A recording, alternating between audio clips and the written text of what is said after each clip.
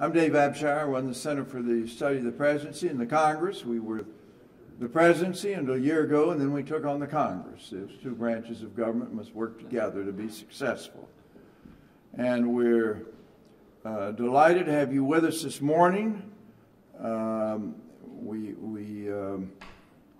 Following my comments, Congressman Frank Wolf, Congressman Jim Cooper will make some comments. One of our co-sponsors for this event, Mark Warner, who's worked very closely with us, will arrive shortly, and then they will be followed by Dave Walker, Roy Romer, and Norm Augustine. And you know, the reason that these three people head this is David Walker, as you know, headed the GAO and warned of the impending course that we were on. If not corrected, it could lead to financial disaster. And then he moved to the Peter G. Peterson Foundation, where Pete Peterson, in much of his life, and his book Running on Empty, has pursued this. Norm Augustine,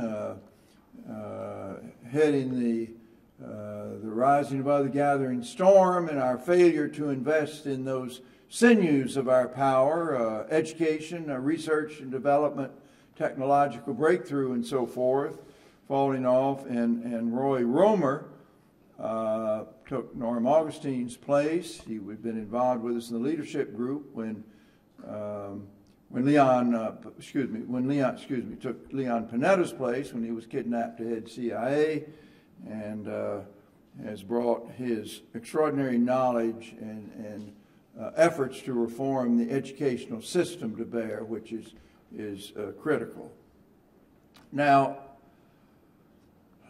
we have other members of our leadership group here. I may miss some. Dan Yergin, Fred Bergston, Rodney Slater, who's headed the infrastructure group, Joe Duffy, and others that I may have missed. We have over 150 people overall that are involved in some dozen issue groups that will continue to report out through the year, and already our issue groups through the Secretary of the Cabinet and others, we make our recommendations as we did on the educational reform, and we're gratified that so many of those were reflected in the President's speech.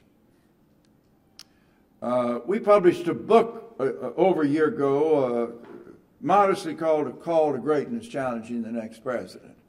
And it said at the end of it that the new administration should take a leaf out of President Eisenhower's ascent to the presidency. He was a strategist, and he had something called the Solarium Project. Off-site, three competitive teams looking at Cold War strategies for the long haul. And Ike, he was a peculiar Republican. He thought that balanced budgets and deficits counted and would ultimately determine the course of the Cold War. When Reagan went to Geneva and found that Gorbachev was looking for a way out, that was proved correct. We had outdone them economically. We said that there should be such a group formed before the presidency came into office, that the White House, the Congress could grow on with confidential information and then public information to reinforce their spine. And that's been our purpose. So we have set up that group and have been in operation, and you have our first report today